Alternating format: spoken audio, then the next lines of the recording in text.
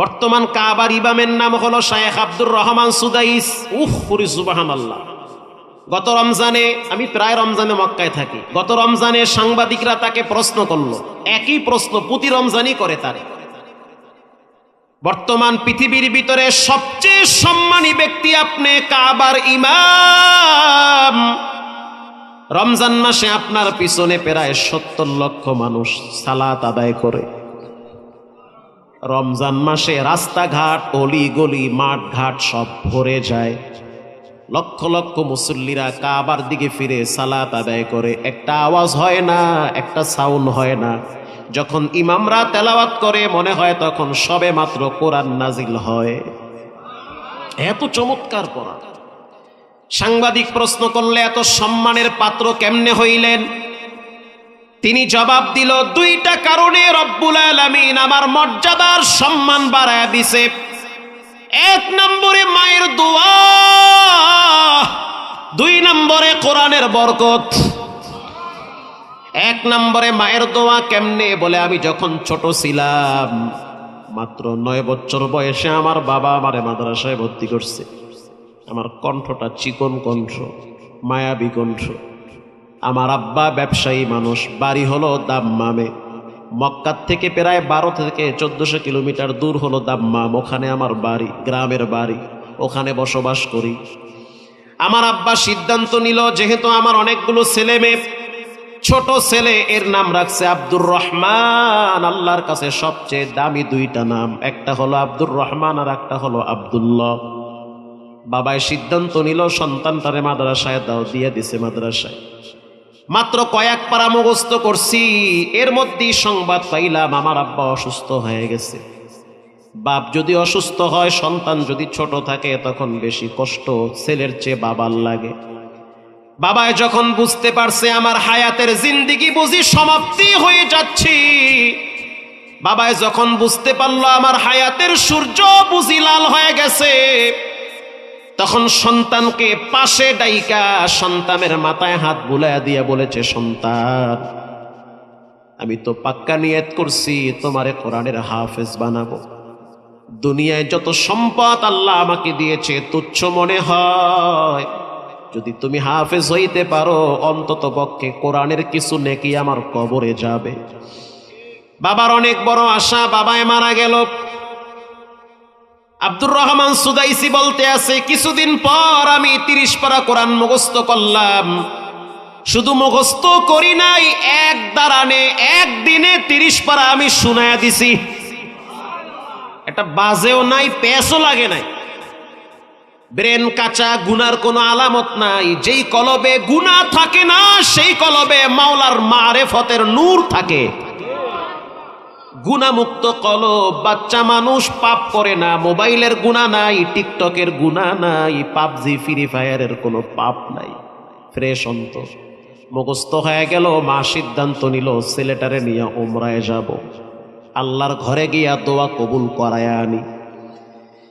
আমার মায়ের একটা অভ্যাস, আমি ছোটবেলায় যখন খুব দুষ্টামি করতাম, সাধারণত যারা ব্রেনিয়ান এরা বেশি দুষ্ট হয়। কি? হ্যাঁ, ঠিক কথা। বেশি ব্রেন, বেশি দুষ্ট।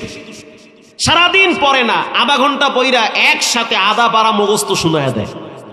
এমন ছাত্রর লাগে আমরাও পড়ছি। সারাদিন ঠেলি, এক পৃষ্ঠা হইতে চায় না। পড়া দিতে গেলে পিঠা খাই 3 বেলা। আর লগের ডায় দেখি বইয়া বইয়া পায়ের মধ্যে দড়ি বাঁধে। এরপরে দেখি পোকার পায়ের ভিতরে সুতলি বাঁধে। কি হুজুর, ঠিক না? এই কাম ঘটে। হুজুরে ডাক দেয়, পড়া নিয়ে আজকে তোরে বাটাম ফাটা দিব। ছাত্র চিন্তা করে, যা আছে কপালে দে, বিসমিল্লাহ কয়ে স্টার্ট। পুরা আধা পারা শোনায়, একটা প্যাসও লাগে না। হুজুর কিছুই কইতে পারে না। আল্লাহু আকবার বলেন। বাইতুল্লাহর ইমাম আব্দুর রহমান সুদাইসি সাহেব বলেন, যখন আমি দুষ্টামি করতাম তখন আমার মা বলতো, আল্লাহ তোরে বাইতুল্লাহর ইমাম বানায় দিক। এ হলো বরদোয়া। এটা কি বরদোয়া না দোয়া? এলাকার মা বোনেরা, বাচ্চা যখন দুষ্টামি করে বরদোয়ার বদলে দোয়া করবেন। আমার মা জিদ কইরা বলতো, এত মানুষ মক্কায় যায়, তোরে আল্লাহ মক্কার ইমাম বানায় দিক। জিদের ঠেলায় কইতো, রাগ কইরা কইতো। যদি কইতো এত মানুষ হাত পা লুলায়, তুই অনাকা না জানি বেহয়া যাইতো আমি। এজন্য আমার মা এই দোয়াটা করত। আব্দুর রহমান সুদাইসি বলেন, মায়ের সাথে ওমরায় গেলাম, যাওয়ার পর আমার মা বলল, সন্তান তুমি ছোট মানুষ, আমার সাথে তওয়াফ করতে গেলে হয়তো তুমি আমারে হারায় ফেলাবা, অথবা আমি তোমারে হারায় ফেলবো। তার চেয়ে একটা কাজ করো, হাতিমে কাবার পাশে তোমারে দাঁড় করায় রাখি। আমার মা আমারে দাঁড় করায় রাখছে। যখন আমাকে দাঁড় করায় রাখলো, আমি তাকাইয়া দেখলাম আমার মা বাইতুল্লাহর চতুর্দিকে লাব্বাইকের আওয়াজ দেয়। আমি তো বাচ্চা মানুষ, আমার ভিতরে বাচ্চা সুলভ আচরণ রয়েছে। আমি তাকায়া দেখলাম সাফা আমার বয়সী অনেক বাচ্চারা খেলাধুলা করে। মায়ের কথা ভুইলা গেছি, আমি দৌড় মাইরা সাফা আমার বাচ্চাদের সাথে খেলাধুলা শুরু করলাম। এদিকে মায়ের তাওয়াফ শেষ হয়ে গেল। হাতিমে কাবার পাশে এসে দেখলো আমি নাই। মা তখন কষ্ট পাইল, বুঝি হারায় গেছি আমি। আমার মা চিন্তা করলো, যদি আমি সন্তানরে খুঁজতে যাই তাহলে সন্তান আমারও খুঁজবে, দুইজনকে পাবো না। তার চেয়ে আমি এখানে দাঁড়ায় থাকি, সন্তান ঘুরে ফিরে এখানে আবার চলে আসবে। বুঝতেছেন? আমি হাতিমে কাবার পাশে দাঁড়ায় রইছে আমার মা। আমি আসলাম ঘুরতে ঘুরতে, আইসা দেখতেছি আমার মা বাইতুল্লাহর দিকে ফিরা দুইটা হাত তুলে কি যেন বলতেছে। লক্ষ লক্ষ মানুষ কাবার সামনে দাঁড়াইয়া চোখের পানি ছেড়ে আল্লাহর দরবারে দোয়া করে। আমি তাকায় দেখলাম আমার মা দুইটা হাত তুলে বাচ্চাদের মতো জোরে কাঁদতেছে। আমি তখন আমার মায়ের পিছনে দাঁড়াইলাম। যখন দাঁড়াইলাম বুঝতে পারতেছি মা যেন কি বলতেছে। আমি আস্তে করে কান লাগায় শুনতেছি আমার মা বলতে আছে, মালিক, কিছুদিন আগে স্বামী হারাইছি, কলিজার টুকরা সন্তানটারেও হারাইছি, আজ আমার কষ্টের কোনো শেষ নাই। হাজার হাজার মুসল্লি হারাইতে পারে, মাগার ইমাম তো হারায় না।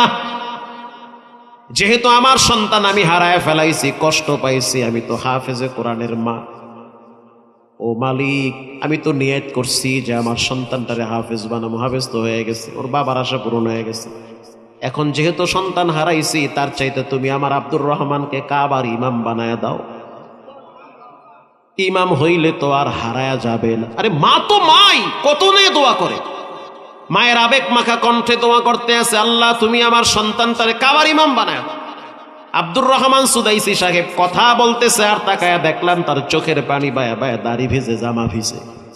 আর বলে, পৃথিবীর মানুষ, যদি ইজ্জত আর সম্মান চাও, মায়ের কাছে বেশি বেশি দোয়া নাও।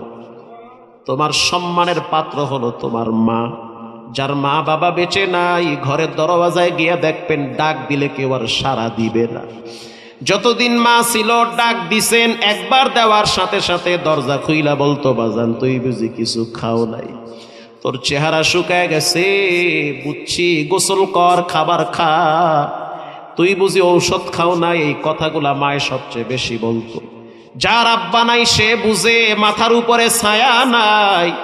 যার আব্বা আম্মা দুনিয়াতে নাই সে বুঝে মা বাবার কি মায়া। কত মাদ্রাসায় গিয়া দেখি ছোট ছোট বাচ্চারা মা বাবা হারা এতিম হয়ে যায়। এমন মাদ্রাসায় দেখছি ফজরের টাইমে মসজিদের কোনায় ছোট মানুষ, বাচ্চা মানুষ গুনগুনায় একা একা কাঁদে, চোখের পানিতে কোরআনের পৃষ্ঠা ভিজতেছে। কেন কাঁদো? বলে চাচায় মাদ্রাসায় দিয়ে গেছে, বাপ যদি থাকতো তাহলে বছরে একবার হইল খবর নিত। এজন্য চাচায় রাইখা গেছে, খবরও নেয় না। কত ঈদ আইলো আর গেল, একটা বারের জন্য উকি মেরেও দেখে না যে আমার সন্তানটা কেমন আছে।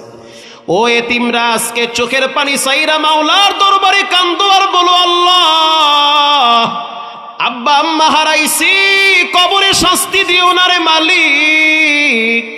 কবরের আযাব বড় কঠিন, দুই পাশের চাপ আমার মায়ে সহ্য করতে পারবে না। দুই পাশের মাটির আঘাত আমার আব্বায় সহ্য করতে পারবে না। রাসূল বলেছেন, ক্বালা হুমা জান্নাতুকা ওয়া নারুকা, মা বাবা জান্নাত, মা বাবা তোমার জন্য জাহান্নাম। যার আব্বা আম্মা বুড়া বুড়ি হয়ে গেছে, ভাষা নষ্ট হয়ে গেছে, কণ্ঠের আওয়াজ ছোট হয়ে গেছে, চামড়া গেছে একেবারে দুর্বল হইয়া, ওই বুড়া বাবার পাশে বৈশা দোয়া নাও, জীবনে অনেক দামি হইতে পারবা। ওই মায়ের পাশে বৈশা একটু বলো, মা মাথায় হাতটা বুলায়া দেন। মায়ের দোয়া বৃথা যাইতে পারে না, মায়ের দোয়া কখনোই নষ্ট হয় না। আমার নবীও মাঝে মাঝে চোখের পানি ছেড়ে কাঁদতো আর বলতো, আমি তো আমিনার সন্তান, আমি আমার মায়ের হারাইছি। মাঝে মাঝে মায়ের কবরের পাশে দাঁড়ায় অজর দাঁড়ায় নবী চোখের পানি ছেড়ে কাঁদতো। আবু হুরায়রা বলে, ওগো আল্লাহর হাবিব, আপনার চোখেও পানি? বলে, আমিও তো একটা মায়ের সন্তান, মায়ের ভালোবাসা আমার কলিজার ভিতরে আছে, মায়ের বেশি দিন আমি পাই নাই। ও এলাকার মানুষ, এলাকার যুবক, যদি সম্মানী হইতে চাও মা বাবার সাথে সৎ ব্যবহার করো।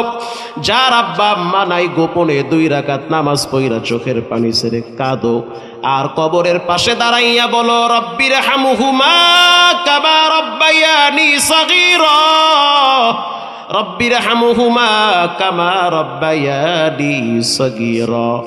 মায়ের কষ্টের দিনে তুমি ছিলা, আজকে তোমার সুখের দিন। মা ঘরে নাই, আজকে তোমার ঘরে ফ্রিজ বোঝাই করা মাছ গোস্ত মায়ে থাকলে ব্যবহার করত। মা এখন নাই, ছেলে মেয়ে খায়, তারপরও শুকরিয়া আদায় করে না।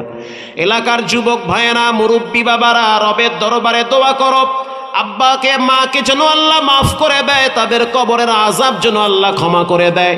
পুরা প্যান্ডেলের ভিতরে অনেক মায়ের সন্তান আছেন যারা মা বাবা হারাইছেন। আপনাদের পাশে একটা মাদ্রাসা, মসজিদ আপনাদের মহল্লার গৌরব। আমি আসার পরে শুনলাম প্রায় 180-র মতো ছাত্র আছে। আল্লাহু আকবার বলেন। 6 থেকে 7 জন ওস্তাদ আছে।